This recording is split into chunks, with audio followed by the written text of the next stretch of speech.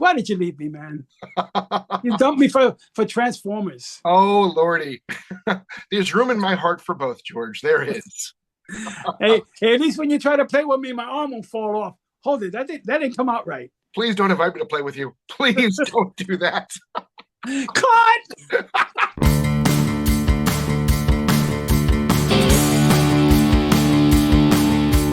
Classic comics, the classic comics farm and depth, snappy conversations with your hosts George and Jeff. Oh, classic comics, the classic comics farm and depth, talking about all comic books is the thing that they love the best.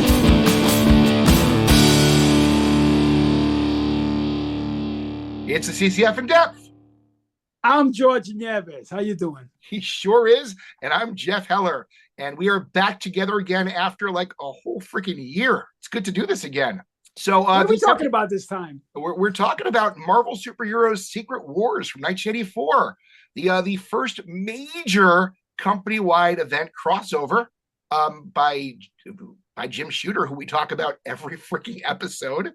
That's not why we chose this topic, but nevertheless, we're coming back to him again. And, it's one of those comics that you and I both over time have rushed to the defense of when people like to make fun of Secret Wars. And oh, you have? I never heard you rush to the defense of this yes, thing. I have. Oh, okay. Yeah, people trash Secret Wars, and you and I are both avid fans of it. So it seemed appropriate to do an episode in defense of Secret Wars, which is what we're doing here.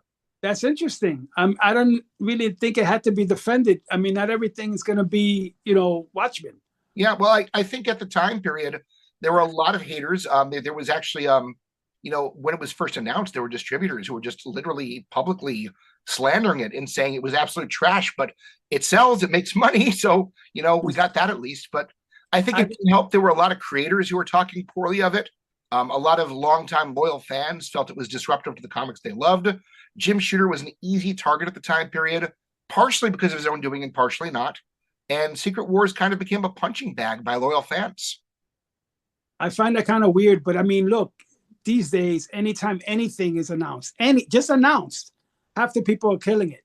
Yeah, like you hate it's just the way it is. What happened? Her logo. Supergirl? Yeah. You know what? I feel differently now that you explained the true meaning of that trailer. Oh, wow, really? Now I feel like I was a little too harsh. Wow, George, I'm still not watching it. You like it better than Cerebus? Oh, I like a beating better than Cerebus. That's fair. So I figure we should probably spend some time talking about Secret Wars in this episode. What do you think? Let's do it. All right, so let's start with this. I think this is always something we cover in the beginning of an episode. Why did it matter? Why is it worth talking about all these decades later? So, George, what are your thoughts? Why does Secret Wars matter? It opened Pandora's box as far as not the team up aspect, because that was done before between titles. Oh, sure. Avengers crossed over with the Defenders in the early 70s in like a 6-part story where it went from one issue to the other. Yep. So it's not the first time that happened. JLA and JSA before that. That's true. Man before that. But that was contained in their own Justice League book. True. I'm talking about Defenders and Avengers had their own titles and it was crossing over. Right. But so maybe that's the first time that happened. But I guess what I'm trying to think is that this involved a lot of characters had their own titles, and then there's an aftermath that follows them to their own title. Not all of them took advantage of it. Yeah. Spider-Man with the black costume, a few changes on Fantastic Four, but a lot of the changes was just discarded right away. Not really, if you think about it. I was going to go there in a moment. Actually, I think only the Avengers got away unscathed, so to speak. With Fantastic Four adding She-Hulk was a huge member change-up. They never had a member rotation before that. And with the X-Men, the change in Colossus and Kitty Pryde was a huge thing that was really upsetting to the fans. In Spider-Man, obviously gets the black costume. It's really only the Avengers who return untouched. Well, maybe not, because remember, when they're gone, in their title, Vision takes over. That's true. And Vision tries to take over the world. Yeah, that was a good storyline. Yeah, he manipulates. He actually starts West Coast Avengers. It is a plan so he can centralize and take control of the whole world. So, and that could only happen because everybody was taken away to Battleworld. That's valid. So then Secret Wars really did change. I mean, all the top selling Marvel titles were involved in there. All the ones. Well, I wouldn't say it changed it. I would say that it seeded brand new storylines. Because even the Colossus thing, that was a temporary thing where he came back and she found out that he was in love with some chick on another planet. But that was temporary. It wasn't so temporary, though, because the reason Jim Shooter did that was he had a problem with the fact that Colossus was 18 or possibly older. I'm not sure. And Kitty Pryde was still underage. And that was why he did that storyline, to blow up that relationship. Yeah. Yeah. I think I heard somewhere where Shooter like told Claremont, look, I'm gonna give you something that you could build on. Yeah. So it's funny. A lot of how a couple of times we talked about the Silver Age, and we used to talk about in DC people have fiefdoms, like an editor would be in control of Superman, another editor would be in control of Batman, and they wouldn't want you to do anything with those characters. Marvel had a similar situation. When you wrote X-Men, when you wrote X-Men, you didn't want anybody messing with your X character, Magneto. If you wrote Fantastic Four, you didn't want anybody using Dr. Doom. Right. The difference was Jim Shooter could overrule them and did. And actually said that. He said, that's going to stop. You just need to ask and we'll clear it on the schedule and whatever. And that's caused a lot of fights. And that's kind of the reason why Jim Shooter ended up writing this, because he felt that too many people were protective of their projects. Well, he also said in an interview, he actually said in his own words, he felt he was the only one who could write Secret Wars. Yeah, for that reason. I mean, Byrne was still fighting with Claremont because they used Dr. Doom in another story, and then they did something else in another story. It's silly. But, that's the world we live in, right? Right. So huge ramifications, intertitle continuity, even though they weren't crossing over into the other titles, it had an impact on all of them. We didn't also mention the introduction of Julia Carpenter as Spider-Woman, who I think was supposed to be a bigger deal than she was, but that was still significant. I flipped through these issues, and she comes out of nowhere. They don't really tell you how she gets her powers. No. Unless they say it later on in another book. They don't even say where the costume came from.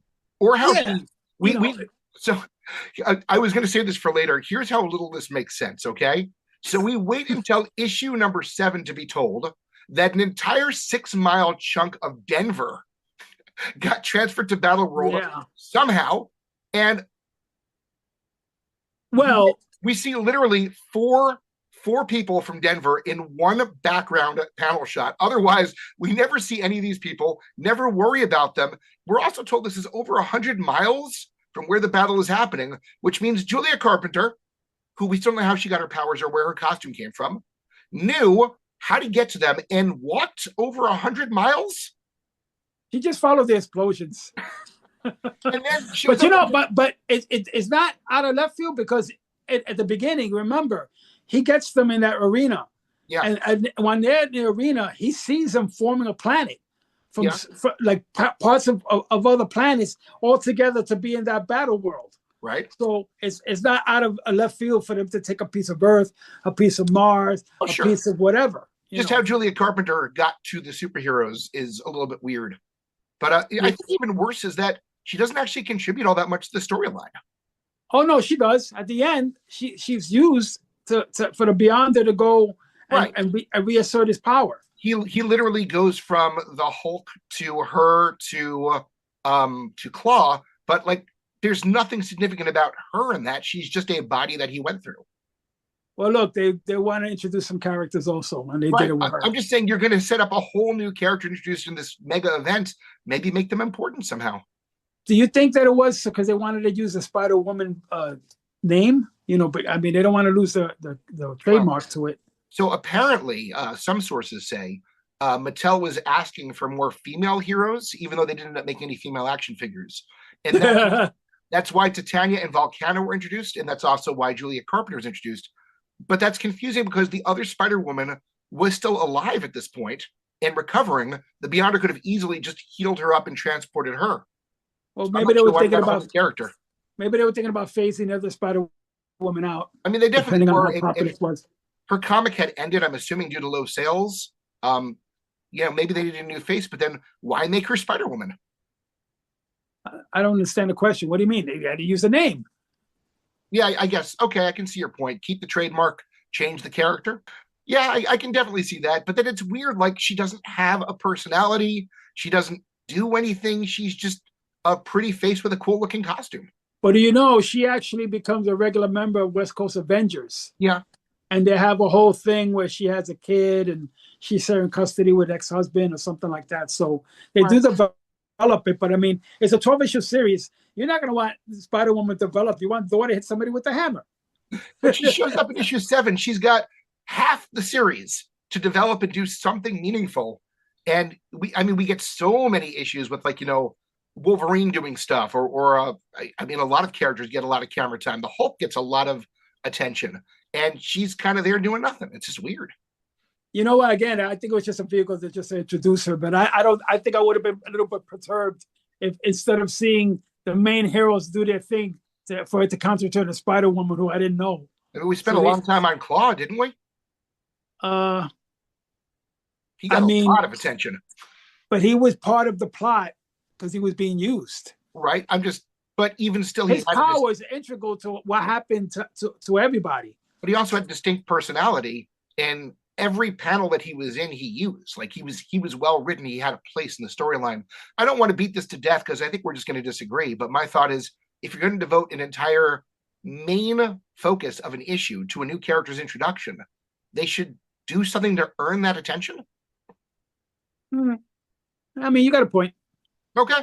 Sweet. Score 1 for Jeff. I mean, other things that are important about this is, of course, there was an action figure toy line tie-in, which is how this came about, that Mattel requested the comic book series. Okay, no, this is actually what I was listening to some things today about that. They said that since Kenner was attached to it was Kenner, right? That was attached to secret superpowers, yes, the DC characters. Right. Mattel said, well, we don't want to be left out. We need to get some characters also. Absolutely. So they approached Marvel and they offered the characters. And the complaint was, well, everybody knows Superman, Batman, Wonder Woman, but nobody knows these guys.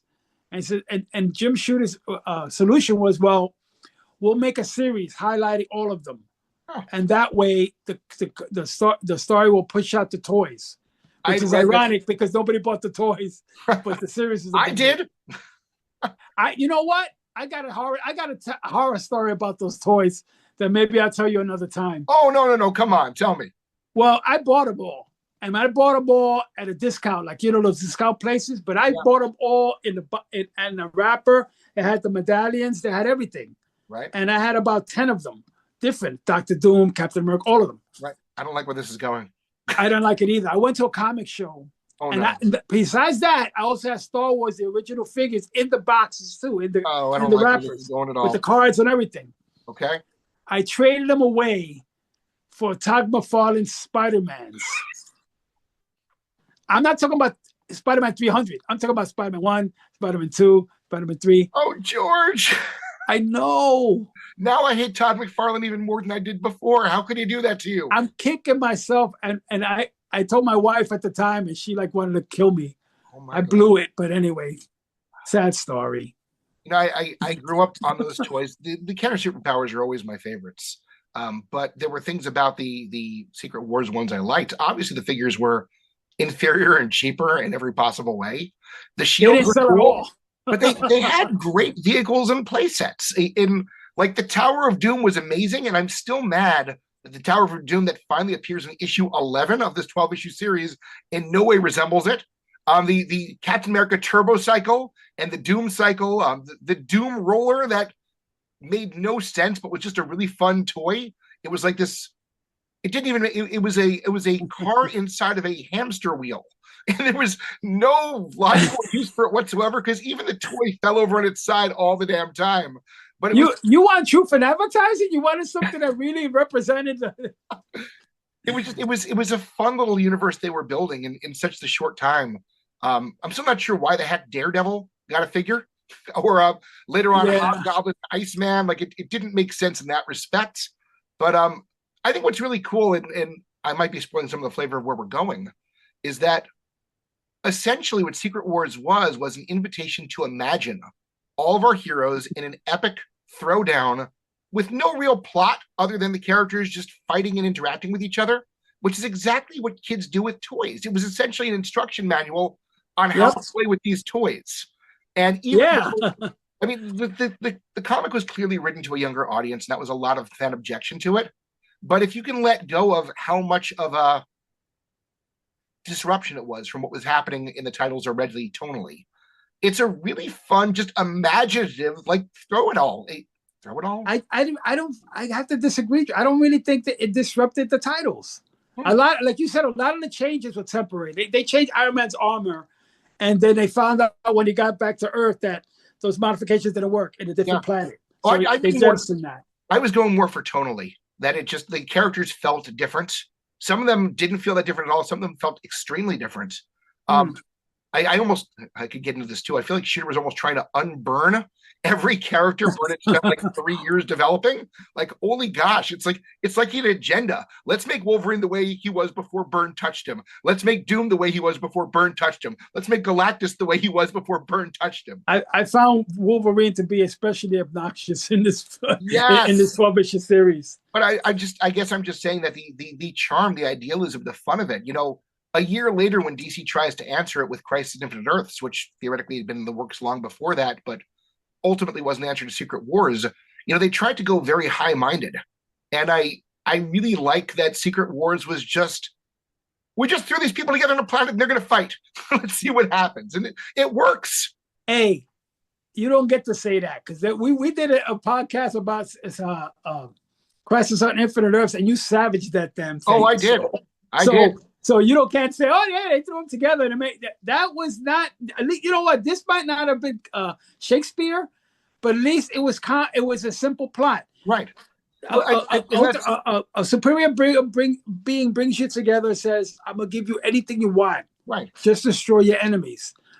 Now that's something. If you came to me and said, "George, I'll give you anything you want," just do A, B, and C, that's a big motivator. Yeah. Because we all want something, whether it's peace or somebody to be healthy or whatever. So he's like, I'll give you your dreams. And it's interesting because, you know, half of them are superheroes who care about people and have sacrificed themselves. And the other half are low-life scum that will kill anybody for anything. Yeah, that prize is the ultimate MacGuffin. You know, it's the perfect motivator to get them to fight. And then really nothing comes of it. But it got them to attack each other. I find it very interesting that Dr. Doom, of all the people, at the beginning of that maybe this first 6-7 issues, he didn't want to participate. Yeah. He said, we should not be doing this. We can't let this person control us this way. Dr. Doom. Yeah. I mean, they're not writing him like that now. Now he's taking over the Earth. Well, what's crazy is, on the one hand, it's not the way Doom was being written in Fantastic Four at the time at all. You know, Byrne was working hard to make him a much more nuanced character who was a loving leader of his people and, you know, wasn't really out to be a two-dimensional evil conqueror. Was he a loving people to his leader to his people? He had a little orphan boy he took care of and was raising as a successor. Yes. Yeah, but he tortured the kid. But my point being is, as much as if I were, and I'm an X-Men fan, and I look at the X-Men in that comic, and I'm like, that's not the X-Men. And someone who's reading Byrne's Fantastic Four look and say that's not Fantastic Four. But my point is, Shooter did so well if you could let that go. If you could accept the fact this was not the Doctor Doom that was appearing in Fantastic Four, this is actually my favorite Doctor Doom. I love. You know what? I read all those titles, and I didn't have any problem with the way these characters were depicted. A lot of people did, but my point is, even though it doesn't match, I love what Shooter did with Doctor Doom. This is essentially his story. Yeah. It's called Marvel Superhero Secret Wars. It's really Doctor Doom's Secret Wars. And it is a beautiful, for the most part, character arc for him. I don't really like what the last few issues do. We'll talk about that. But overall, I love how he's depicted. It's so memorable. It's iconic. If you're going to go two-dimensional villain, go all the way. And he does. You know, usually Dr. Doom will take over a story. And And I think the best way he was ever written was in a Superman Spider-Man second crossover that Shooter wrote it, and John Buscema drew it. At the end, when they defeat him, Spider-Man goes, he runs into his embassy and says, "Oh, you can't do it to me. I have diplomatic immunity." And Spider-Man's mad, and he goes, he's probably in there scheming already for how to take over the world right now. Like he just let him go, and now he's probably already drawing up his next plan. And that's kind of the way I see him. The guy's always like thinking, how can I take everything over? Prior to this, I'd always liked best the Doom stories that humanized him. When we had his was it in Tales to Astonish? His origin story about what happened with his mother. Uh-huh. And then when they went back and revisited that in the crossover, it wasn't a crossover, sorry. It was a standalone where he's trying to bring his mother back from Mephisto. Like those stories that humanized him were always my favorites. And then Shooter's just like, nah, screw it. He's just bad. And it's freaking amazing. No, and then again, at the beginning of this series, he's saying, I don't want to be part of this, and we can't fight. He's trying to convince the villains and everybody else. But his reason for that, George, is not that he's nuanced. It's that he's scheming. He's got a bigger plan to get even more power. He was scheming. It was thinking like, well, I mean, again, it's valid what you're saying. Right. You can't trust Doom. Why take the payout from the bank when you can own the bank? That's exactly what he's doing. Hey, man, it's in the name, Doom. Right. I love it. I mean, he totally earns that title. This is, I want someone to fight me in the comments. I think this is Dr. Doom's best storyline ever. Truly, I do. He certainly, he tries to take on Dr. Doom. He take on Galactus. Then he takes on the Beyonders. So he's a badass, no doubt. The way he steals Galactus' powers makes no damn sense, but the sheer audacity of it is incredible. You know what I find? That these comic books, they do whatever they have to do to get what they want. As I was doing a review of Thor, the Silver Age Thors, and this hammer could do whatever the story needs. So it's like, okay. Well, think about the Beyonder for a second. The entire premise of the storyline is don't think about it too much. The Beyonder's making all this happen. Why are all these characters here when Scott was on his honeymoon at the time? Don't worry about it. The Beyonder just made it happen. How did Denver appear there? Don't worry. Wait a second. Ultron is supposed to be dead. Don't worry about it. The Beyonder just wanted it that way. But he could pull people out of time also. Right. So that there was this whole thing. So before we get further into the actual plot of Secret Wars and all that fun stuff, one other really important thing we have to talk about is the fact that in many ways what Shooter was trying to do with Secret Wars was save Marvel, and I would argue comics in general. This is not even my tinfoil theory. Not even my tinfoil hat theory yet, man. Not even. Check it out. We know that Shooter was a really, really hyper concerned about sales. We know comics in general were dying out. We also know that he was looking at sales numbers, which were not very reliable back then, but based upon the numbers he had, the titles he was generally cutting due to low sales were the more niche titles that were catering to older, college level and even adult level audiences. So what he's doing here is he's bringing in a toy line. He's writing a comic to a younger audience. This is the same time he's bringing in the Star Comics imprint, by the way. And I think really his attempt here was to make comics for kids again. I think I have to disagree with almost everything you said. Okay. That's a shocker, I know. But you know why? Because at this point, this is 1984. Yeah. Marvel's on top of the world. They got 70% of the sales. They're not afraid of anybody. They don't need Mattel. They don't need anybody. Right. Mattel approached them and said, look, we want to use the property because we don't want Kenner to get all the fun. See, I've read interviews where Shooter said that he approached them. No, Mattel approached him. Okay, and that's why they said that's why it came up with the series, because they said they want a property like Kenner got a property. Right. He says, but nobody knows these characters, or they felt nobody knows the characters. He says, well, we could fix that by making a 12-issue series around them. So originally they just wanted to use the characters to make toys to compete with Kenner. Right.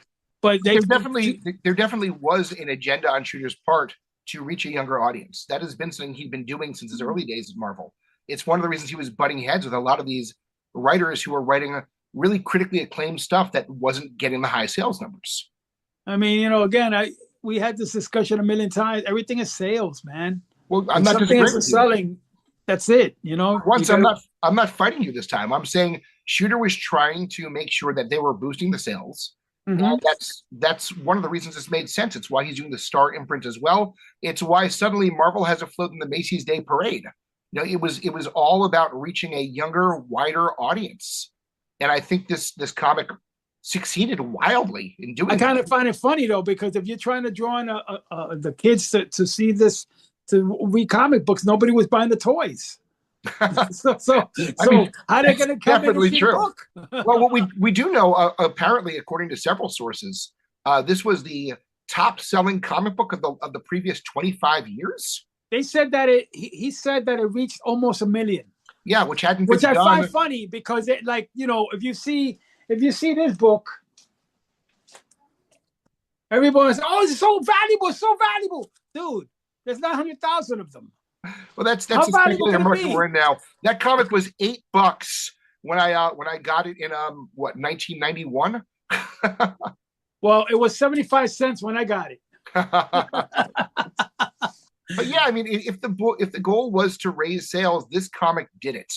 I think the only problem really from that then is that Shooter was writing a slightly different version of the Marvel Universe, and when these kids would then go and buy a different title, I mean, I've read all the titles that tie in with this because this is my favorite era of Marvel. But I'm first and foremost an X-Men fan. I've got the shirt on. If you can't see, right there. There we go. They have clothes on, right? Yeah, as far as I know, unless just checking. But I can't imagine being. I mean, I read Secret Wars when I was 9 or 10 years old. I already read X-Men by this point. If you were like 7 or 8. And you read Secret Wars and then went on to X-Men, I mean, that would be mind-blowing. Trying to follow the continuity and Claremont's dense narration, like it wouldn't work. Shear was writing his version of the Marvel Universe that worked well for kids. But because he couldn't just totally write the entire universe, when those people moved over to the other comic books, there was going to be a disunion. That was going to be a hard transition to make. Well, they have criticized some of the parts of this story by saying, well, there's no way Spider-Man could have beat the X-Men. I'll go there. I will go there. I will, because anything can happen given the context. They were like in a small room. He had the advantage, and he had the advantage of surprise. I mean, if Stone wanted to throw Thunderbolt at him, he's dead. But she's not going to do that. I think also Shooter really, it seems like didn't like the X-Men. Oh, I mean, that's a new one. he really pooped on them. He was the golden goose. What are you talking about? He really pooped on them in that storyline again and again and again. It was ridiculous. Well, again, they were too powerful, so they have to like depower some of these characters too. He does so much to poop on the X-Men, starting with having them be their own separate team, which really doesn't make any sense. They keep to themselves the entire time and sneak away from the rest of the team to go join Magneto. They really are acting as the villains in the first couple of issues for no apparent reason. Aren't they the people in the Marvel Universe that have to like step away from everybody because they're feared and hunted by humankind and all that stuff? They kind of exacerbate it. And they're the ones talking about you humans versus us mutants. Like they really are playing the bad the first couple of issues. That's fair. He played that up a little bit. You've got although they walk in with Magneto. Yeah. Who killed people. I mean, that was interesting. I liked how he played Magneto. I did. I liked when Magneto was like trying to like woo the Wasp and like sipping his champagne and eating his little it was nectar. It was nectar. Let me ask you something. Do you think he slept with her or what? I don't think she let it go that far. But I think he totally would have. I mean, she was combing her hair after the fact. That's a fair point. I mean, I don't know if that means they had sex or he got rough while he was smooching her up or whatever, but it kind of implied it. He's got a certain magnetism to him, wouldn't you say? Hey, he's macho, man. He's macho. All right. So other ways in which Shooter pooped on the X-Men, okay? Xavier is so over the top, it's ridiculous. He was an ass. That's for sure. Nightcrawler is just in the background and does absolutely nothing. Wolverine. He's a terrible character. Come on. Oh, don't you start with me. Nightcrawler is one of the most fun parts of the X-Men, the most human character, the most flamboyant. He has no powers. The guy's a nothing. Come on. He does nothing in 12 issues. Rogue, That's about right. I don't think Shooter even bothered to look up what Rogue's powers are, because every single time she shows up, she just gets punched in the face, and that's the whole thing. All she has to do is Titania literally connects her fist with Rogue's chin. Rogue should have absorbed her powers right there. Like, Rogue is one of the most powerful Marvel superheroes of all, and Shooter treated her like a nothing D-level hero. Yeah, I mean, I guess, the conceit of it is that if you write them all to their potential power, the thing will be over in 5 minutes. But he literally just treats her as somebody who flies. Like, he gives her nothing beyond that. Okay. Again, that's fair too. Thanks. I won't say that means he hates them. It's just that you have to manipulate the story. They're there. So it isn't over in 5 minutes. But he's almost sabotaging them. Storm gets one epic moment, one super epic moment where she summons this massive storm to attack Galactus's machine. And in that moment, Shooter has to call attention to the fact that Thor is more powerful than her and could have done it better. Hey, God of Thunder. I mean, it's like, he's Odin's son. Dude, she got one moment in 12 issues and you have to take it away from her like that? I mean, I thought it was complimentary, but I mean, certainly in the hierarchy, I have to go with Thor over Storm. I don't disagree with you, but she gets no other moments to shine anywhere in the series. She gets one moment. In that moment, the narration has to tell us Thor could do it better. I'll tell you something worse. Wasn't she like the leader of the X-Men when this came in? She gets pushed aside. And Xavier says, well, for this thing, I'm going to take over. Right. Because I got my legs down. And I just made myself a costume. We go back home and we take over. It's over there, too. That's awesome. But Xavier's kind of been an ass the whole series anyway. But they really amped it up for this one. And I think really, I mean, look, Shooter's got 12 issues to tell the story he wants to tell, and that's what he did. And I love it. I do. If you're a fan of these classic titles, it's to the X-Men, it's a betrayal. I would never read this for the X-Men. The X-Men are so unlike, oh my God, Colossus. Holy boy, you're taking this personal. As an X-Men, you cannot be an X-Men fan and enjoy Secret Wars for the X-Men. It's not possible. What he does to Colossus is the most kind-hearted member of that team, and he makes him into such an unredeemable pedophile and asshole that you could.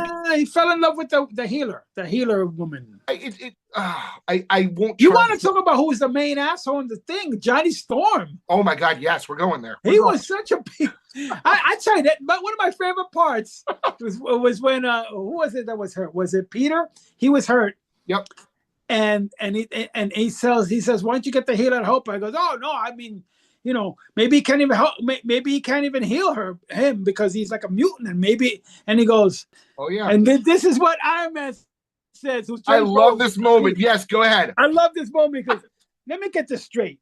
A guy who could burst into flames has doubts that this broad from planet Mongo can help this mutant dude.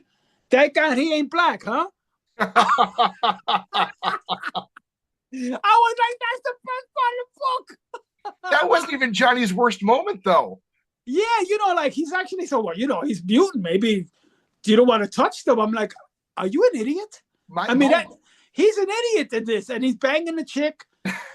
And you're like, and there's another part where Richie gets hurt, and he doesn't want to even look at the girl's eye. She's just another chippy. I got to make sure that Richie's okay. Shooter uses that word. He has every character use the word chippy. I've never heard that word in my life. What is chippy? You know what? I mean, if you want to say that some people look bad, nobody look worse than Johnny Storm in this thing. I guess chippy means chick, but Johnny Storm uses it. Wolverine uses it. They're all calling people chippy. I've actually heard Crusher Creel use that. Really? In the Avengers issue. So it must mean dame, chick, something like that. But yeah, I mean, Johnny Storm is absolutely beyond redeemable. He's a total idiot. Yeah, and an asshole. He keeps telling this. What is her name again? Saja? I don't know. Saja, I think. What a surprise she didn't get an action figure. Her name is Chippy, okay? Chippy, right. So he tells Chippy he loves her and then just doesn't even care that she's injured. It sucks so much. Why does Shooter hate some characters? You know what? It's not unreasonable to show Johnny as a womanizer, and he doesn't really care about women. But to that level, that's right. I don't know level. if you read this recently in the last 4 years. Johnny Storm slept with Dr. Doom's bride. Yeah, and I'm with a lot of people, but he also usually believed he was actually in love with them. And this whole they in the last few years they made him just a guy that'll bang anything. I'm talking about during the Byrne run. Yeah, okay. Yeah, I mean, yeah, you marry your best friend's girlfriend. Yeah, sure. But Shooter is writing his own versions of the characters, and like I mean, it's very clear to me that Shooter loves the Avengers, and in the same way that who doesn't? He pushed Storm out of the leadership role. Like the second they hit Battleworld, Wasp is no longer in command of the Avengers. They all agree Captain America is a leader instead, and she's not even with the team. She ends up in her own situation for issue upon issue. That's a beautiful scene too, man. They're saying, well, we need a leader, and he says, well, how about a Captain America? And like Wolverine goes like, he's the least of us. I'm not following him. And Thor goes, I'll follow him into Hades. Right. That's beautiful. They're like, okay, I guess it's settled. That's a beautiful moment, unless you're a fan of the current Avengers run at that time, where Janet Van Dyne has learned how to be a strong hero and a commendable leader. And except there was a reason why she turned it down. So something happened. There's a reason he creates, which is that everyone doesn't know me here; they know him. But hey, that you have to have confidence in your leader, or you'll hesitate. All right. So Thor spoke up for him. That was it. So can I get into the one part that's going to make you angry? I never get angry at you, man. I appreciate that, because I'm generally going to praise the heck out of Shooter for this. I love this series. I do. Okay. Well, I mean, you've already knocked him up 4 to 5 times, but okay. Praise him about 20 times. Hey, look, if it's fair, it's fair, All right. I think his issue with women came back again in this run in a major way. Let's hear it. All right. So all the female characters, only She-Hulk gets to play a meaningful role for a large part of it. And then Storm gets that one moment that gets undermined, as I talked about. Wasp gets thrown aside. She does get a kind of cool moment with Magneto. But then it's also really important. Only 2 heroes in the entire series are believed to have died. One is Wasp, one is She-Hulk. There are only like 4 or 5 female heroes. But the Thor is another one. They're all ganging up on him, and they find his helmet. They think they killed him.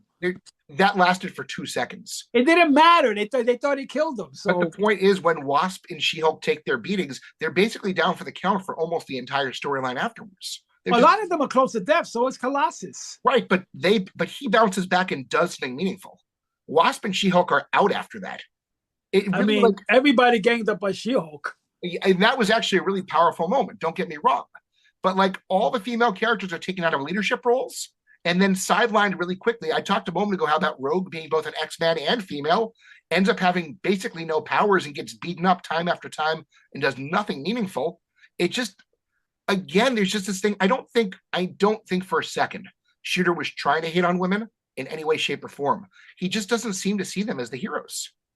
Well, allow me to retort. Please do. As Samuel Jackson likes to say.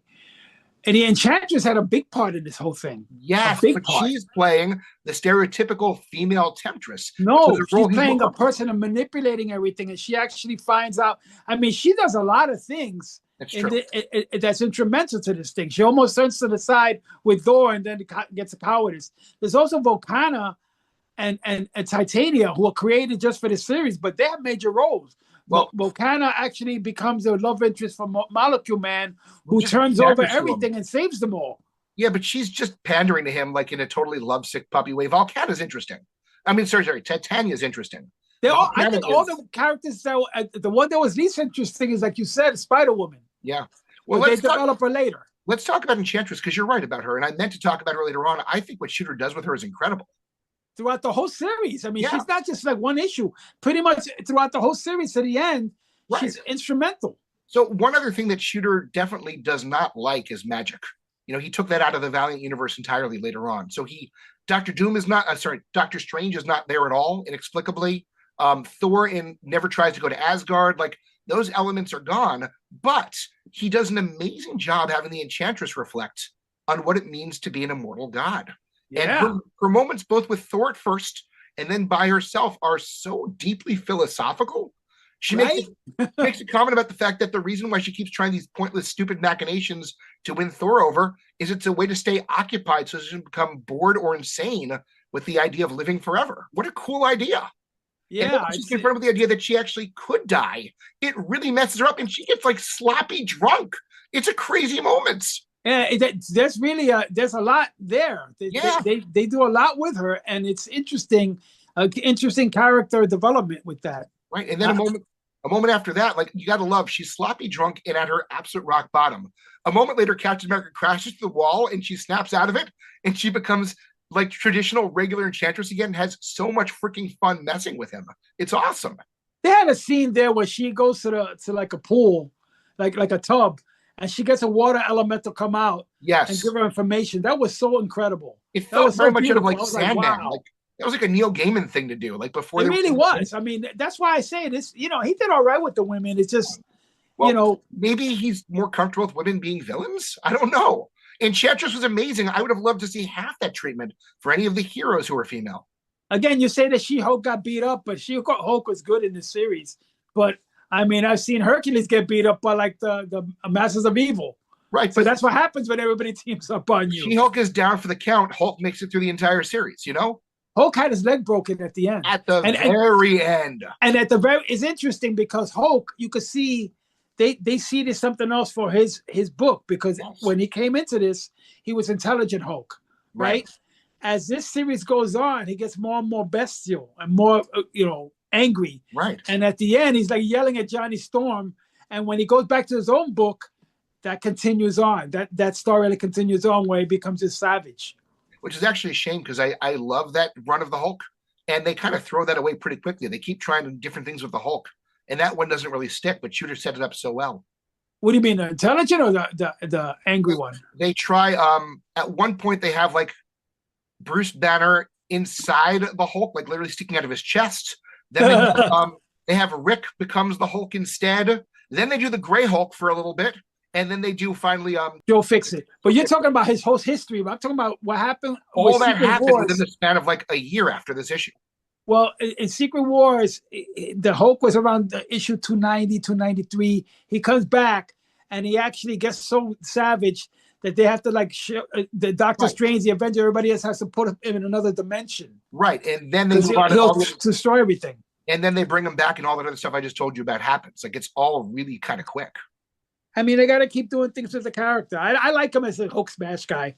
I liked all of them except for Dr. Banner sticking out of Hulk's chest. That was kind of weird. That's kind of gross. But the point being that other than those like weird imbalances, if you weren't too invested in the individual characters, the story Shooter was telling was absolutely amazing. And it did its job. If the goal was to boost sales and bring new readership in, it did that in spades. I've always said this before. When Shooter gets his way, Shooter does amazing work. He's just not a team player. And Secret Wars was an amazing work. It just didn't mesh well with everything else. You know, something is I find kind of interesting. I think he wrote this book and didn't really think it was going to be. I mean, he knew it would make sales, but he didn't know it would change the industry the way it did. I think he was just doing it for the toys. I mean, a 12-issue, limited series were still relatively new. They'd been around for a few years. They were doing experiments with them, but a 12-issue limited series running for an entire year where you basically required all the major Marvel titles to tie in with it. I mean, we're right at the start. A major change happened because in an entire, you saw the characters go off to the Secret Wars, and the next issue they were back and everything had changed. You had Spider-Man was now in a black costume. She-Hulk was a Fantastic Four member and Ben Grimm was missing. Colossus no longer loved Kitty Pryde. Like, it was set up. This is big. This is important. And if you're not reading this, you better start. You know what? I find that although they came back the next issue and some of the status quo was changed, but I didn't feel like they were dwelling on the Secret Wars. They just went on with the next storyline. I mean, they did, but it was a major tease of what happened on Battleworld. That's what makes it wonderful. They won't explain it to you. So you had to go and read the series to find out. Hey, look, Jeff, these days, and even with Secret Wars #2, you had to buy the other issue. You had to. You couldn't just say, okay, I can read these 12 and whatever happens in the other happens. The second one, go to Fantastic Four. Right. Okay, go to Iron Man next to see what happens with the Beyonder. That's no good. If it had been a good storyline, it might have been. It might have been a really good. It's still forcing you to buy, instead of like a 12-issue series, it's forcing you to buy 80 books. If it had been a good storyline, it might have worked, but it was I'm not buying 80 books. Come on, man. That's what they're doing now. You're right. But Shooter is in a large part responsible for that. He was thinking big. He was thinking very creatively in terms of marketing and making this 12-part series that you didn't have to buy, but you were absolutely like intrigued by. If you were a loyal fan, you needed to know what happened. You had to read the series. And it being a 12-parter, like a limited series that lasts a year, that in itself was exciting. I mean, don't forget, Superpowers launches like 2 or 3 months later. And look at what DC did. It lasts 5 or 6 issues. It has no continuity. It's totally separate from what's happening in the actual DC titles at the time. And it was so marketed to kids that I think a lot of the older readers didn't even take it seriously. You forgot one thing. Bad. Yeah. It was really bad. I never read it, but I want to. There you go. But it was Kirby, wasn't it? Didn't he pencil it? I think he penciled the first one, and there was a couple of other series that said Superpowers on it, and they had nobody doing the pencils. Oh. I've heard people say good things about it. I do want to read it, but I do know that it fell into a lot of pitfalls that Secret Wars did not. Secret Wars, Shooter was thinking big. He knew what he was doing. Other than the fact that he managed to alienate most of his staff in the process, because that did happen, what he created was incredible. This is where you have to put the footnote. See other podcasts, because it's up to debate what actually happened, whether he thought his head got big after the series, or that's when he started fighting with upper management because they wanted to sell Marvel and rape all the creators. Without retreading the entire debate, what we do know is this. We do know that he was his own editor, which he didn't allow anyone else to do. He was missing deadlines, which he didn't allow anybody else to do. Yep. And we know from the John Buscema quote that this was the point where a lot of Marvel talent... Romita. Sorry, not Buscema. I apologize. Thank you for that. We know from Romita this is the moment where a lot of Marvel began to resent him and feel that he was power hungry. Could be. Yeah. I'm not going to dispute that. Look, what happened. Yes. Again, a lot of stuff was happening. This might be a good moment for me to bring in my tinfoil hat theory. Are you ready for it? Please do. All right. Tinfoil hat theories. So on the one hand, this is going to speak to what Jim Shooter's arrogance, I think. But on the other hand, I think it's kind of awesome. So if we talk about the basic premise, which we haven't done yet, we have this mysterious cosmic being that we never see and know nothing about. Even at the end of the series, we know nothing about this being.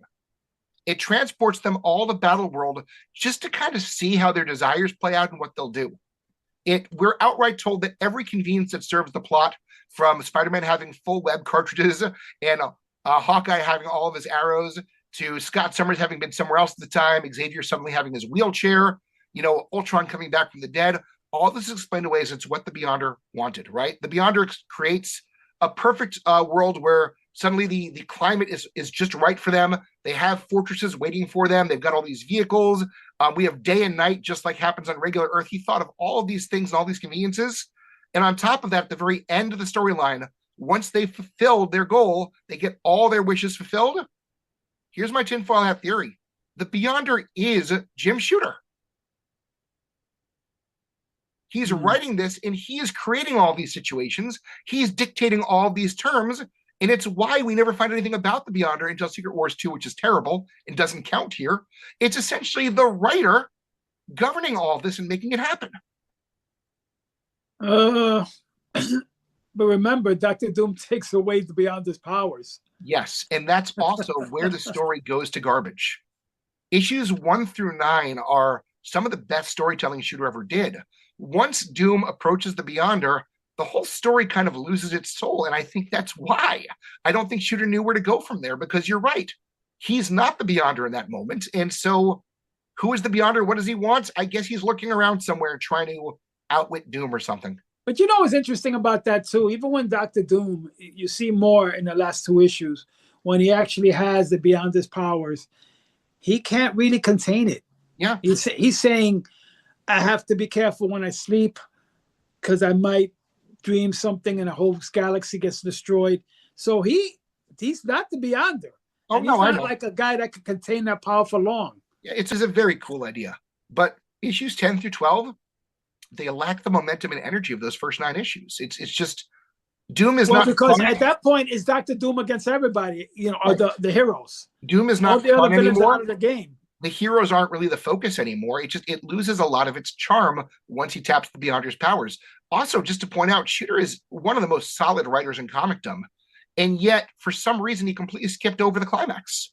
We never actually saw the moment where Doom tapped the Beyonder's powers. It's weird. And we never get a resolution either. You know, at the very end, it's just Ben Grimm sitting there. We never do find out what happened to the Beyonder or anything like that. It just sort of. But he gets his powers back. But it's missing an ending, and it's missing a climax. And those are two of the biggest things any storyteller knows to include. I really do think okay.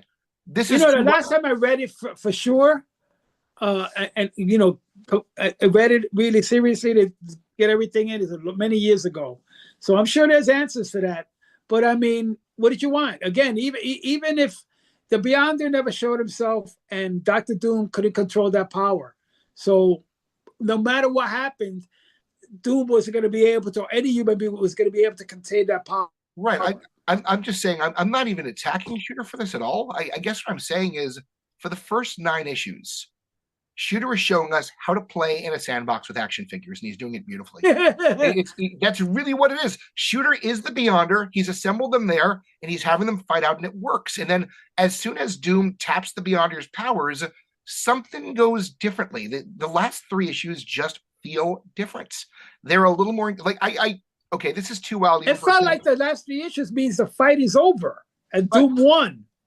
That's why it quieted down. But no, because Jim Starlin did that with Thanos twice, and both times it totally worked. Here, it doesn't quite feel right. It feels like something. I almost wonder if there was some original idea Shooter had where Doom was going to end up on Shooter's writing desk. Like he's like, I got to approach the Beyonder's boundaries, and ends up actually confronting Jim Shooter himself. Like, I could have seen it going there originally, but something, I don't know if he changed his idea or what. I know that this is the point where he's missing deadlines and writing at the hours of the night and seems not to know what he's doing. I wonder if he truly didn't know where to take the storyline once Doom got to that point. I don't know. You know, it was good that he wrote the book, because he was a neutral party. There was a lot of factions that wanted to highlight their characters, but on the other hand, he's running a whole company. Was he really neutral though? I mean, the Avengers absolutely got more than the lion's share of characterization. Well, I mean, be that as it may, what I'm saying is that he himself was too busy to kind of do the 12-issue series. He should maybe had a co-writer or plot. He plots in somebody else's scripts or whatever. Because at the end, if you see the last 2 issues, they have all kinds of fill-in artists and people inking it. They were like handing out pages. Yeah. They have Art Adams actually inking some of the pages.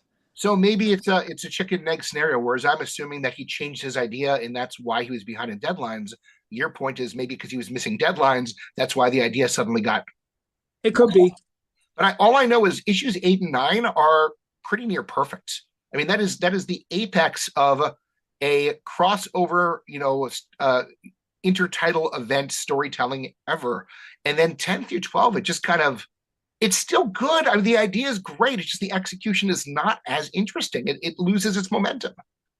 And I don't know how. Yeah, but tell me you ever seen a cover that looks as badass as this? My God, yes. I'm probably going to use that for the actual cover of this podcast. That is a gorgeous, gorgeous cover. Mike Dr. Doom is a guy that will stop.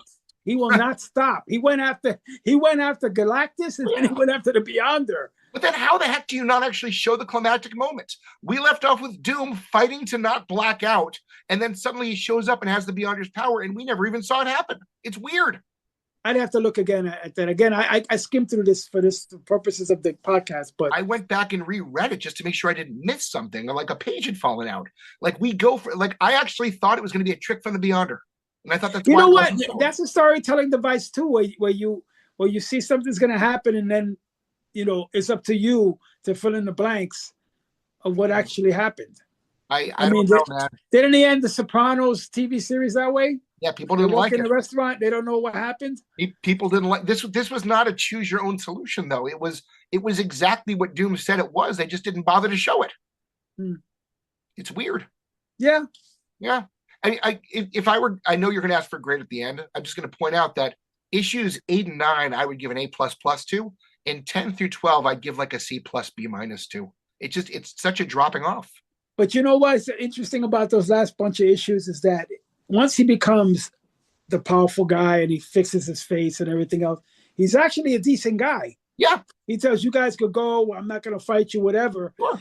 And then when they leave, Captain America leaves and he says, I'm afraid that they're going to make a choice. Yeah. That, in other words, he's not mad.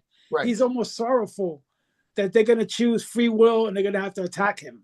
And then Klaw messing with him after he kills him is priceless too. Like, oh, don't imagine them coming back or it might happen.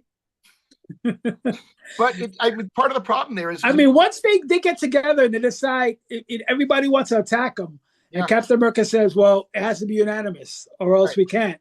And the last holdout is Colossus, and he's selfish. He doesn't want to mess around with because he wants to be with the girl, Chippy. He wants to be with the Chippy. So once he finally says, "Okay, damn it, okay," like with tears in his eyes. Then the Thunderbolt comes out of nowhere from Dr. Doom to kill them all. Klaw calls him out. He's like, that was a crappy way to kill them off. If you really wanted to make sure you got them, that's not the way to do it. And then comes up with this whole elaborate way how they could have survived. Like Klaw is one of the runaway, like absolute positive high points of this series. I think I'd only read one Klaw appearance before this, and he was not like this. This is not Klaw at all. This is like an insane... Right, because he got messed up by the crazy way that Shooter brought him back. But wasn't he possessed by like the spirit of the Beyonder at this point? He was, but it's weird because, yes, he is, but it's also very much Klaw doing this, just being influenced by the Beyonder. It's still Klaw's personality. But he's absolutely one of the runaway successes of the series. But I think part of the problem also, maybe in those last 3 issues, to go along with what you're saying is, as much as Doom's dilemma is fascinating, he really is being kind of good, he's not being Doom. It's tragic. And for 9 issues, when he realizes they're going to attack me, they're not going to accept this. But the problem is, for 9 issues, we weren't exactly rooting for Doom, but he was the major appeal of the book. He was the most fun, well-developed character, and then he's someone else entirely, and that was a hard thing to take on. I think what you said earlier is correct. This might be a Doom story. Yes. So when he stops being Doom, it loses a lot of its charm. Yeah. For sure. All right. So did we want to talk at all about who Shooter chose to include and didn't include in Battleworld? Is that important to you at all? Nah. Like, why do you leave the main heroes? What's that? The main heroes. Like, why leave behind the Invisible Woman? Why leave behind Kitty Pryde? Well, she was pregnant at the time. That's the storyline. Wouldn't that have made for more interesting storytelling? You know what? The Kitty Pryde thing was, she was originally supposed to be there. She was on the original cover, and they took her out. Maybe so that he could do the thing with Colossus he wanted to do. Yeah, I think he asked Claremont, and Claremont kind of said, okay, that'd be fun. Just really thinking about the Invisible Woman and your point about her being pregnant. Think about how Shooter redid that for Unity. When he did Valiant's Unity event, he had Chris there, pregnant, with baby. I wonder if that was like a do-over, like I should have had her there because it does raise the stakes. I mean, she would have been really pregnant and it might have been got in the way of the storyline. But instead of Reed just pining away and complaining to Scott Summers and Cyclops, complaining to Captain America and Cyclops all the time about how much he's worried about her, wouldn't it be so cool if she was actually there and every time the building shook, he had to panic and got his attention divided? I actually think it would have been a drag. And I think actually the fact that he has a motivating factor to win, to get home to his kids, meant more than having her there and protecting every time something happened.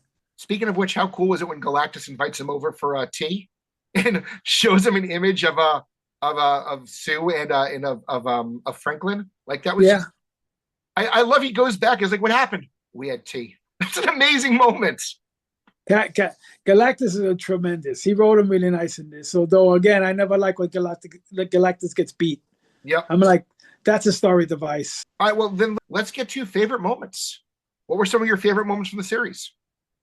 Well, there was one part that made me laugh.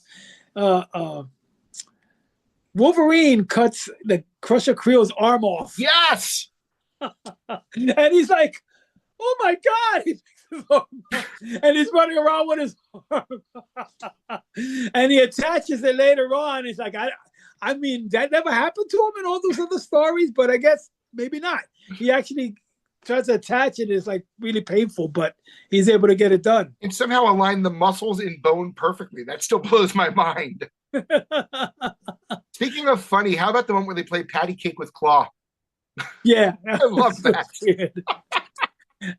You know, that's another part. I think who was it? Somebody's attacking, approaching Hawkeye. Hawkeye's like, "Stop! Don't make me shoot you!" Oh yeah, and he shoots him. That was amazing. He actually shoots the arrow, and he's like, "Ah, I'm shot!" He goes, And you know, Hawkeye could have shot it right into his heart and chose not. Yeah, to. Like, you know, these days he would have. Hawkeye didn't get enough to do in that series, but I do like the dilemma he was placed in of not having his arrows anymore. That's funny. There was a part you said earlier, oh yeah, to be honest, just gives them what they want. He said, not really. He threw them out there and they had to make do with what they had. That's not why he was missing his arrows. Yeah, and he's like, he's whittling his arrows, and he goes, "What are you doing?" He goes, that's not why he was missing his arrows, though. He was missing them because Reed Richards broke them down to get circuitry for Iron Man's armor. Okay, possible, but he's actually whittling arrows, right. and Spider-Man goes, "What are you doing?" He goes, "Hey, you know, without your costume or whatever, you're Spider-Man. With me, right. I'm just a funny-looking guy with a bow." But no, the whole point was the Beyonder did give him all of his arrows, but Reed had to cannibalize them to use them for Iron Man's armor. So but you could argue that Beyonder could have just kept supplying arrows. Could have. Unlimited. But how much more badass was it that he had to actually whittle an arrow himself and still take down a member of the Wrecking Crew because he's so good? Like, that was incredible. He doesn't need high-tech arrows. Yeah. I mean, that was cool. Yeah. I always like Hawkeye. So I knew you were going to talk about that because you love Hawkeye. Absolutely. I love him. You know, he's got a big mouth, too. And yet, surprisingly, was not... I feel like they gave a lot of lines that should have been his to Johnny Storm this time. Johnny Storm was the worst. Yes, he was. Maybe you know who was so bad? There was a nice scene there too, where the Battleworld's falling apart, and all the villains are like in prison, and Captain America goes to free them, and Wolverine's like, "You're gonna free them?" Even though he goes, "Yeah, of course." It's as if and he goes, "Well, you know, I got a lot more respect for you now," because he was kind of talking bad to Captain America throughout the series. I felt some of that divide was forced. Wolverine was talking in ways he'd never normally talk. Yeah, I agree with you on that. But somebody recognizing Captain America being an unfailing hero no matter what was pretty awesome. Yeah, he came around, in other words, because before he said something about mutants, and he was kind of implied Captain America had a prejudice against mutants. Yeah. And you know, he goes, "I used to respect you," and all this stuff, and like, it's weird. Wolverine, he was really aggressive in this damn thing. Yeah. And maybe he always was. You were an X-Men fan. I don't know. No, he absolutely was. But I mean, going back to our Wolverine episode, you know, Byrne was the one who kind of softened him and made him more complex. And Shooter kind of undid all of that. That's different aspects to him, though. He can be that guy that loses control.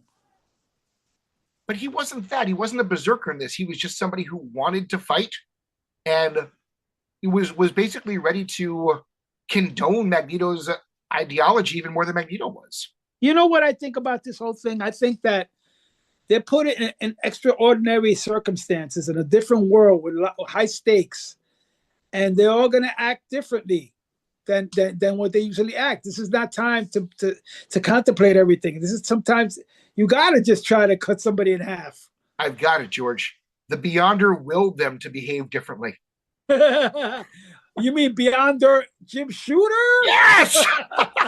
Boy. And here I thought you turned over a new leaf and you weren't going to Savage Shooter anymore. Hey, peace to the dead. Can I love Shooter for the fact that he made himself a god and think that's actually awesome? You know who actually made him a god? John Byrne in the Legend series. But that went very... Maybe that's him picking on Shooter for doing this. Yeah. I mean, no, he hated Shooter. And well, I mean... And look what Shooter did to all of his characters in this storyline. After he made $17 million, then he began to hate Shooter. Oh, boy. You know, that moment, just for real quick, that moment where Thor has to take on all the villains at once. Yeah. And Enchantress has a choice to help him or not help him. And she just says, "Sorry, man, you're on your own." Yep. That was kind of sad. Enchantress is one of the best done characters in the series for sure. She was really good in the series. Yeah, sure. I feel like Shooter chose most of his villains very well, except for like the Lizard, who like didn't really have a point at all until the very end. I mean, he got charbroiled. Yeah, that was a powerful moment for sure. And then magically comes back as Doc Connors, but that's a whole other thing. Hey, they got to fix it. You know, when you break the toys, you got to make sure you bring the toys back not broken. What do you know about toys? You own 2 of them. And that's it. because you sold the rest. Hey, let me ask you something about the artwork. What did you think about the artwork? Until the last couple of issues, it was some of it was so outstanding, and not just that cover that we talked about, but when Doom first gets like annihilated by attempting to take on the Beyonder is incredible. That moment where Thor and I forget who else is in the background first sees Battleworld being created, like the awe in their eyes is incredible. There's some moments of art that really do stay with me. Like it was very well done.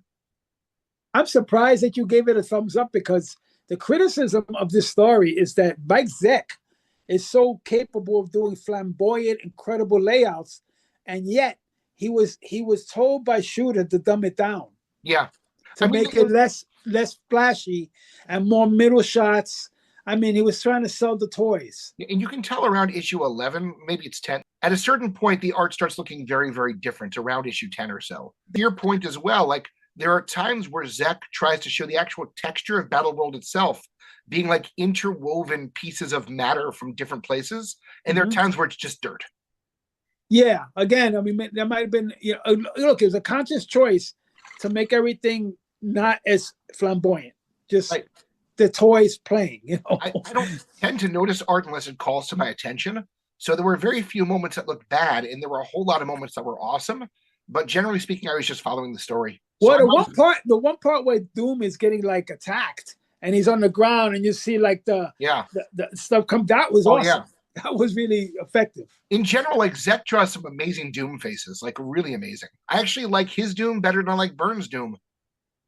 Yeah, okay, that's fair. Yeah. Yeah, no, the artwork was great. It's just that, again, the criticism that they said that Shooter was driving them crazy because he was almost micromanaging the way the art was. But he had a vision that, look, we're trying to sell the toys. Yeah. Should have had Paul Credit draw the art, don't you think? If you didn't watch a previous episode, it gets explained in the Valiant episode, guys. Go back and do your homework. Oh boy, you got to buy back issues for this podcast. Did like little editors blurbs, like asterisk C episode number 7. Come see this in a little footnote. All right, so other cool moments. Let's see. She-Hulk decking the Enchantress. Yeah. That was awesome. She-Hulk had a lot of great moments until she was taken out of commission. When she takes on like all the villains at one time, that was epic. You know what I kind of liked? There's a point with Titania when she gets her powers. She goes around being obnoxious and like a bully. Oh, yeah. And I think it's Crusher Creel is like laying on the couch, and she goes, get up, I'll kick your ass. Get out of here. I got nothing to prove. Crusher Creel in the early issues is fantastic. I love like when Doom takes over from Dr. Octopus and Creel's like, I don't really care who leads. I'm just hungry. It's amazing. He's got this laid back. He's like on that couch at one point. He's like, I just don't really care. Wait till I love it. It kind of rings true. Absolutely. Not everything's gonna be about fighting. See, these guys are tired. I just want to eat. Well, it makes sense too. When you have that level of power, you've got nothing to prove. Yeah, it's like she had the power. All of a sudden, she wants to start messing around with these guys. Get lost. How about that moment where Crusher Creel and it's one of the guys from the Wrecking Crew, the one that has the Wrecking Ball, when they're comparing their balls. It sounds so bad, and it sounds bad in that panel too. But it sounds bad the way you said it. It was in that panel too, the way they say it too. But it's actually really funny. It's like, oh, mine was to hold me back. Mine's to break things. It's cute. Well, let me see. Are there any? No, I don't see the comics code on these things. No comics code, so you can get away with comparing their balls. Thor fighting against the Storm, not Storm the character, but the Raging Storm in issue number 3. That glee gets on his face. Like, it kind of makes me think Thor at the end knows I'm immortal and a god. This is just another adventure. Well, the one thing everybody else is thinking, oh no, it's the end of the universe. He's like, But then he gives that bullshit line about how this is what he was born to do, even more than Ragnarok, and I'm like, no, it wasn't. The thing about Ragnarok is that, it comes and then everybody gets remade. Yeah. And then it goes on again and get remade and it goes on again. So Secret Wars keeps getting remade. Whew. Okay, other moments. Let's see. Molecule Man taking out Pile Driver's his name. That's the one Hawkeye shoots the arrow. When Molecule Man takes him out, because like the big thing, I love this. Molecule Man is trying so hard not to get worked about anything, but the big moment is Pile Driver calls him a nerd, and he loses it. He loses it. He's not paying attention to. He does that, and like, okay. Yeah, Molecule Man's a lot of fun. I do like that character as well. You know what? There's a point. Favorite moment actually deals with Molecule Man too. They're mixing it up at some point later on in a fight, and Wolverine has a chance to kill him. Yes, and actually cuts him. Yes, and I think Cyclops hits him with a beam to deflect, and because he could have ended it all right there by killing him. And Cyclops gets in the way. Oh, we don't kill, we don't do that, and then he's like in critical condition, and Vulcan has to take care of him. I'm like, that could have ended up the whole fight. It does kind of raise the question of what the hell the heroes are trying to do through the entire story. The villains have a clear goal. The heroes are just kind of treading water. They're not trying to do anything. There's no plan. Well, there's a plan. It's just that they're still hampered by the no killing, and we're better than that nonsense. So what is their plan? Like Reed Richards, the only one who actually has a plan at one point, and it makes total sense. His whole idea to let Galactus win is actually freaking brilliant. Yeah. But short of that, the heroes are just. But he kind of turns on that too. He goes, you know what, we got to fight for what we want, and that was kind of weird. And it kind of seemed like that's what Galactus was telling him to do by showing him his wife and his kid. But like, I don't understand what the hero's plan was. Captain America is such a brilliant strategist, but at no point do they actually have an end goal. I think once everything turned over, once Dr. Doom got like this power, right? So that all the plans they had is like, oh, we have to, refigure everything now. But there were no plans before that. They weren't trying to win. They were trying to survive. It looks more than try to like aggressive. But again, it's a difference of philosophy. A villain, they don't have a problem killing you and your whole family. It's more than that. Captain America and the other guys won't. All right, if you're as brilliant a strategist as Captain America is, they have a lot of downtime in that fortress before the villains attack. Where's the moment of there's got to be something here that could get us home? I guess they knew that the Beyond was going to allow that. I just, why not even try? Even just the fact that they have a fusion reactor powering the first fortress they have. They spent enough time down there, they're able to repair it and don't bother to take the technology back to Earth. You know what I kind of like, there was another part of for one moment that I like about the wars you could prevent by bringing fusion technology back to Earth. I have to believe that if they tried any of that, the Beyond would have dismantled all of it. I don't know. They have wish fulfillment at the end. Oh, they got new costumes. And somehow the one wish they couldn't get was Chippy, Zaja, whatever her name is, could not come back from the dead. That's like the one thing that can't be allowed because someone had to die in the series. So of course it's the one character that is not a licensed Marvel superhero. It's the red shirt. Right, exactly. With the red shirt. Even the villains come back. Ultron comes back 2 times. It's crazy. I thought it was a moment that I really liked was that when Dr. Doom programs Ultron to be like his enforcer. Okay, that pissed me off. That was scary, How do you do that? Was that? How do you do that? I don't know, but he does it so fast. He can do whatever he wants. He's like, no free will, you're mine to control. Done. Like, how? I just thought that was great. It was like, why not just listen to everything you have to say? Why do it to Ultron? It doesn't make sense.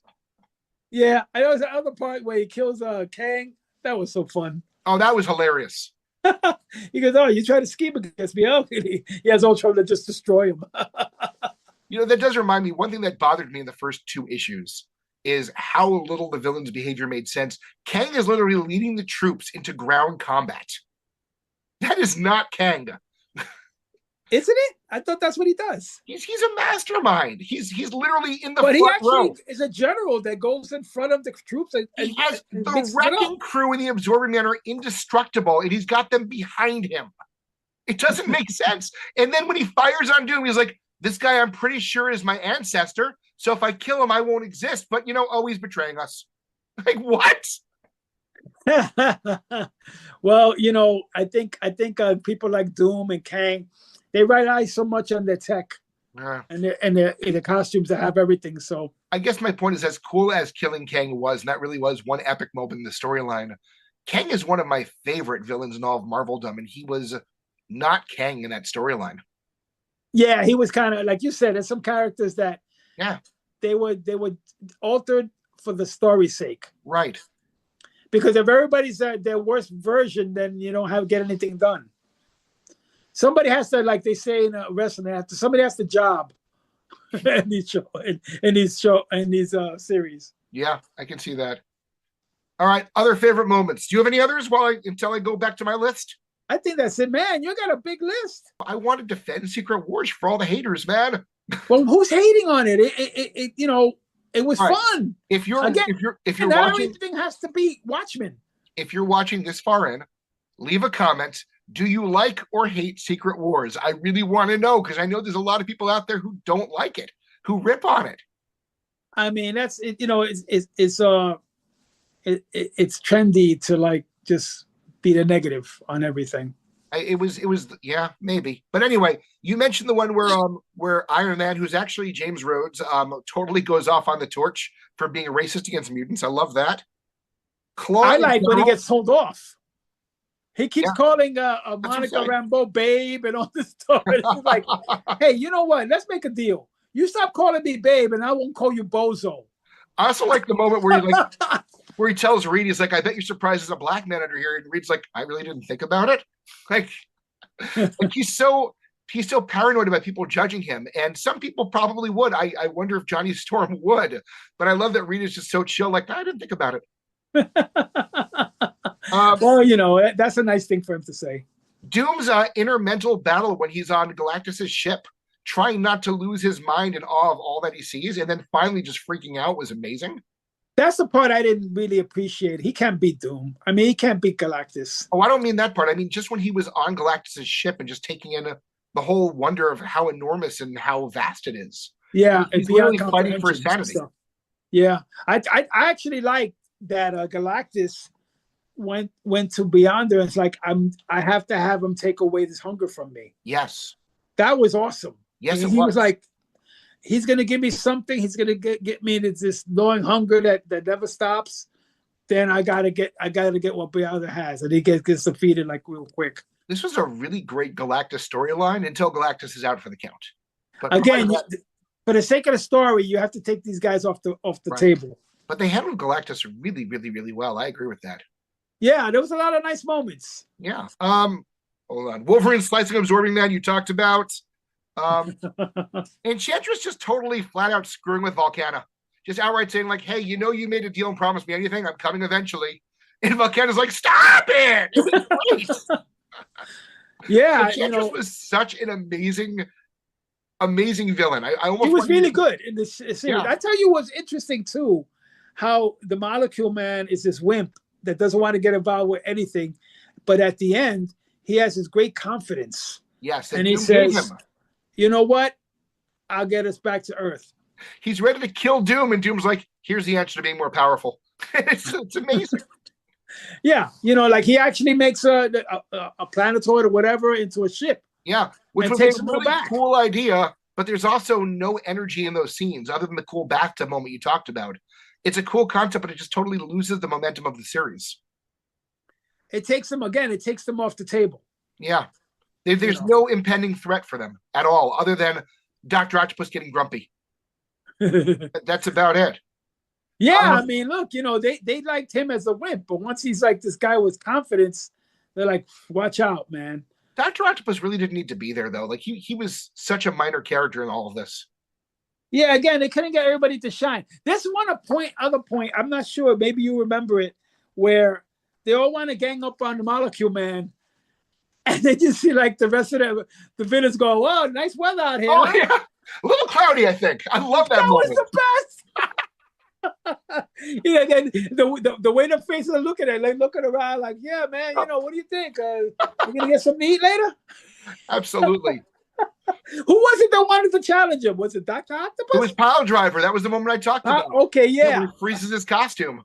And then on top of that, Volcana makes him like rubs his face in the dirt. He's like, he pisses them off by calling them nerds. Like, oh boy. There's definitely a recurring idea of people who used to be bullied becoming horrible bullies in this storyline. It's interesting. And you see Titania becoming like a bully too. Oh yeah, and then can't handle when she loses at all. And that, you know what? And that doesn't stop, because when she actually becomes a regular in the She-Hulk book. Doesn't she eventually become a member of Alpha Flight, like way down the line too? Oh, I don't know. I I didn't. think I she never and followed Crusher up. Creel end up together and end up They on married. fight together. Yeah, They get married. Yeah. yeah. And they're an interesting couple. Like, it's cool that it started. But she's like a real like a jerk. And even Spider-Man, I like that's a nice moment too. In this book, Spider-Man beats her ass. Oh, that was such a great and he moment. tells her off. Why are you doing it? Spider-Man had done nothing for 7 issues. And then in issue 8, he is just the man. And he's like, oh, you go crying, blame everybody for everything. Well, Shooter was like, oh, we're about to give him this big costume. Crap, Spider-Man's done nothing in this whole series. Let's make him seem important before we give him his new costume. Well, he beat the hell out of the X-Men. Yes, but that, again, so did the Wasp. Like, the X-Men got beaten by everybody. Spider-Man on his own single-handedly takes them down. The Wasp in the very next issue single-handedly takes them down. The X-Men were totally chumps until Shooter was maybe there's something to that theory that Shooter hated the X-Men.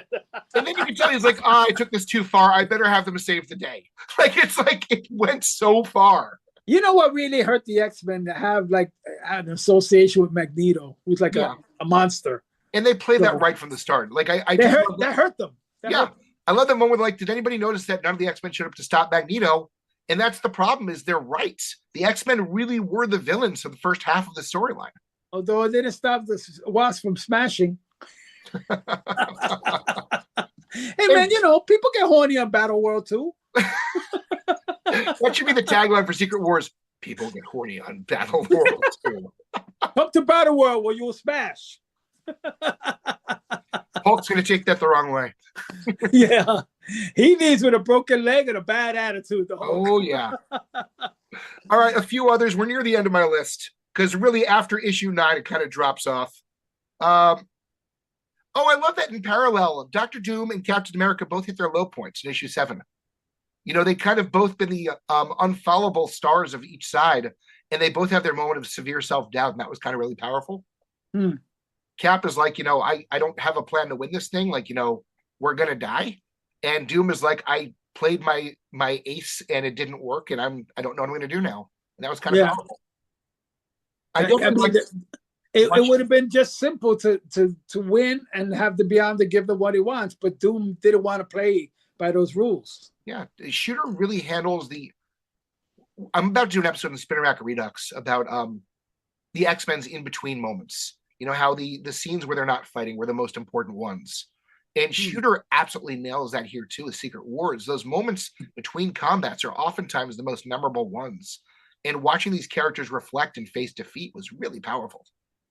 Yeah, it was, those villains that they brought on were powerhouses. Yeah. I mean, that wasn't a simple fight at all. But the villains felt it too. They had moments where they had to face impending defeat and decide what to do with that as well. Yeah, and an arrow in your shoulder. Yeah, or Titania literally having a temper tantrum, Yeah, she was an idiot. She was totally immature idiot. There's no doubt about it. All right, let's see. I talked about Enchantress hitting rock bottom already. What was a nice moment, though, where they show, like, Dr. Doom's face, like, totally beautiful. Yeah, that was cool. And Captain America calls him on it after. He says, well, okay, maybe he's changed. Maybe he's changed, but what's the first thing he did? He fixed his face. Yep. So he only cares about himself or something to that effect. Cap was definitely, if this hadn't been a Dr. Doom story, it would have been a Cap story. Cap was incredible in this for sure. I love that Thor says, I'll follow him anywhere. Yeah. Right after Wolverine says, well, he has no powers. I'm going to listen to him. But, Shooter wanted to tell his Avengers, and his Avengers is Cap in the lead, and he did a beautiful job with it. But speaking of characters that Shooter didn't want to focus on, whether because it wasn't his version of the Avengers or because she was a woman, Captain Marvel, man. She was the OP Avenger. She was so insanely powerful in the pages of the Avengers, and she is useless in Secret You know Wars. what? I kind of like I had a podcast with someone else, and I mentioned this, but the problem that she can do a lot of things. The problem is she could only do it as a light source. Right. So she can't physically affect anything other than as a light source. But, so she's powerful, but I don't know. Roger Stern had her doing would have had her end this whole thing in like 5 seconds. And it kills me. Shooter decided to have her be the one who's there when Doom is getting all the power from Galactus. How is he getting it? Through lenses refracting light towards him. Captain Marvel is right there. She could have stood between him and the lenses and absorbed the light herself. Easily. Wasn't she taken off the table? Wasn't she hurt at some point too? No, I'm wondering why. 5 seconds later, because she does nothing except report in, Doom gets the powers and then does that to her. She could have stopped it. If Roger Stern were writing, she would have. Well, maybe she's no Captain America. Even if you don't know what to do, man. All right, so let's assume for a second she's not going to absorb the energy herself, which she absolutely could have done. She could have just shattered the lenses with her own powers. Again, she's not the top strategist, so maybe there you go. But she ended up leading the Avengers after that. Yeah, into being dissolved. After somebody else took over writing and made her that way. Hey, look, man.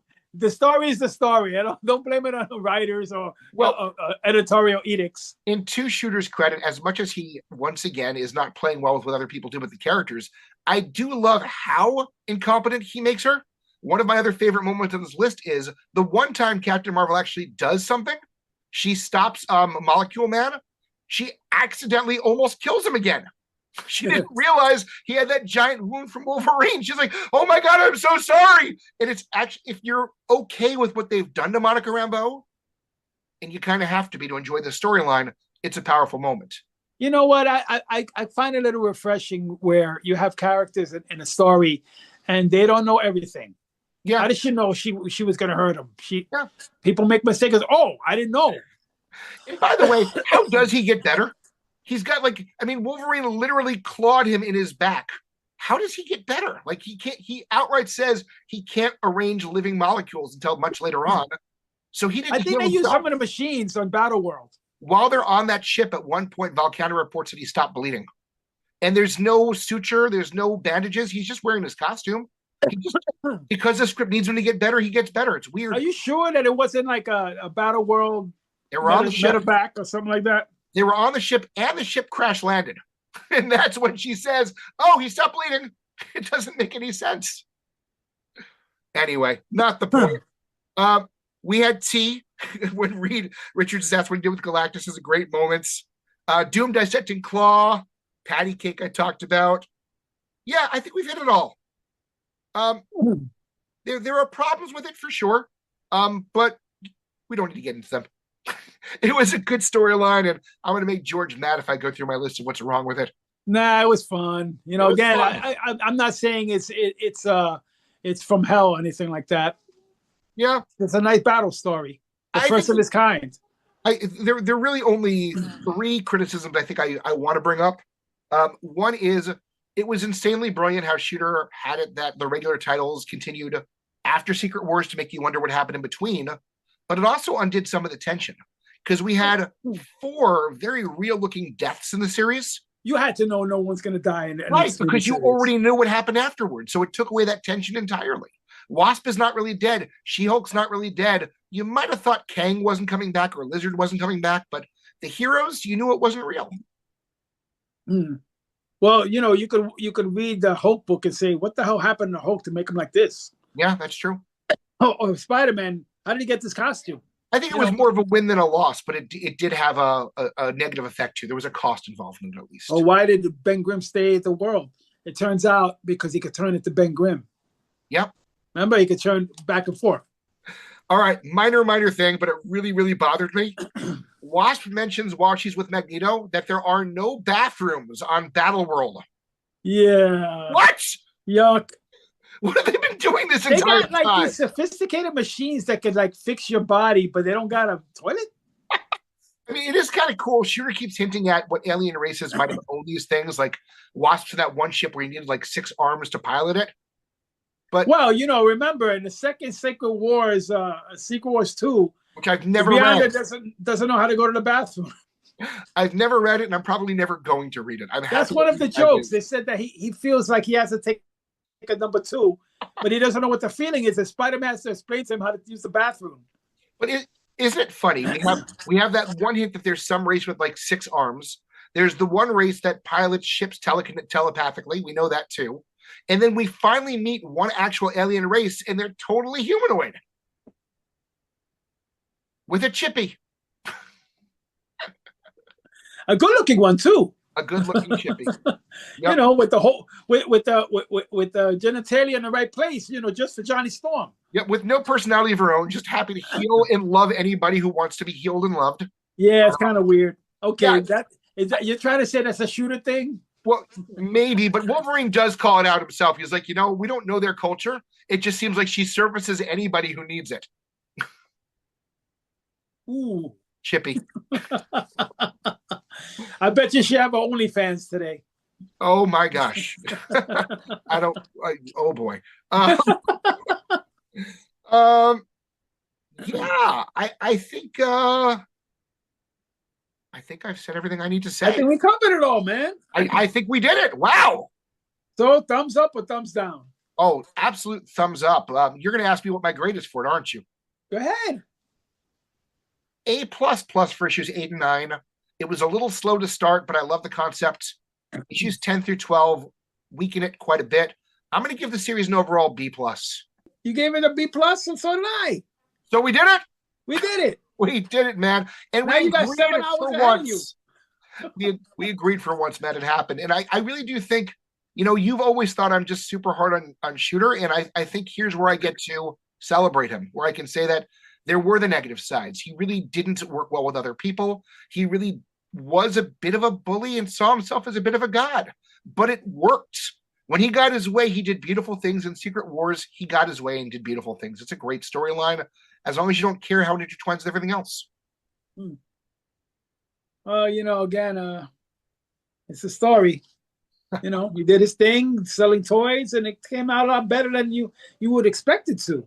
Absolutely. It was really just to sell toys. And it's still worth talking about today.